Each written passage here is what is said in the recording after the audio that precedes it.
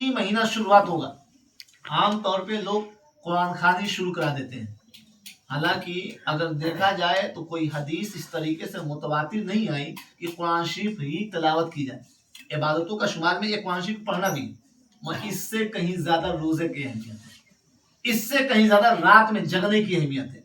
हाँ, एक इंसान क्या किया कि जब तरक्की किया तो तरक्की के बाद उसको ये समझ में आया कि 10 लोगों को लाया जाए, 20 लोगों को जमा किया जाए, मदरसे के बच्चों को बुला लिया जाए और उनसे दुआ खाली करा ली जाए, हमारे निजात का जरिया है। बेशक बेशक आमतौर पर लोग ये समझने लगे, है भी ये हदीस में कि जहां मदरसे के बच्चे कदम रख दें उनकी बहुत बहुत बड़ी फजीलत है, बरकतें शामिल हो जाती हैं। मगर उसके साथ साथ सबसे ज्यादा फायदा कब करेगा? जो मेरे आका सल्लल्लाहु अलैहि वसल्लम ने किया हो और हर बंदा वो करने की कोशिश करता हो।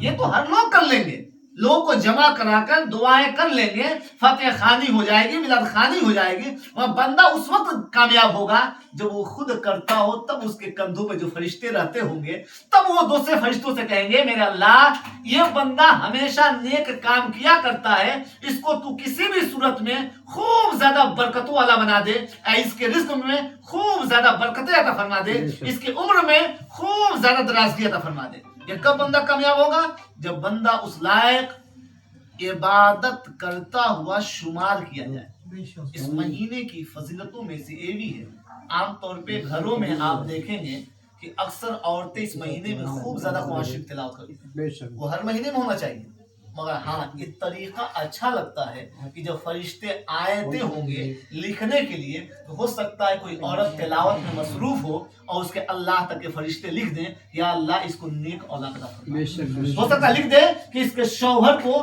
खूब ज्यादा कामयाब कर दे। हो सकता है लिख दे कि जिस घर में ये कदम रखी है, इस घर में खूब बरकतें फरमा दे। हो सकता है ये लिख दे कि ये जो दुआएं लड़कियां करें या औरतें करें, या अल्लाह तबारक जो जायज तरीके हैं उस तमाम जायज तरीकों को कबूल फरमा ले।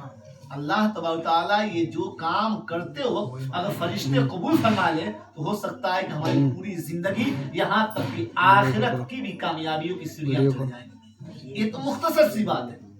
इस महीने की फजीलतों को देखते हुए कोशिश की जाए कि हम लोग भी, ये तो तमाम हम जो लोग मदरसे से जुड़े वो भी, उसके अलावा भी जो दीगर अफराद हैं उनको भी चाहिए कि रोजाना, एक तो सबसे ज्यादा बरकत, हमसे तो नेकियां नहीं हो पाती हैं, तो कम से कम इस महीने में हम नमाज पढ़ लें। कोशिश करें कि ना हो पाए तो कभी रमजान में रोजा छूट जाता हो, या एक दो जरूर ब जरूर हम नफली रोजा रख लें। अल्लाह के रसूल फरमाते हैं, अगर कोई शख्स नफली रोजा रखता है तो 40 साल का सवाब अता किया जाएगा।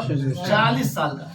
यहाँ तक फरमाते हैं मेरे आका सल्लल्लाहु अलैहि वसल्लम, अगर किसी को उसको 40 गज सोने की जमीन दी जाए और एक रोजा नफल रखे, तो सोने जो 40 गज दिया गया उससे कीमती इस रोजे का फजीलत है।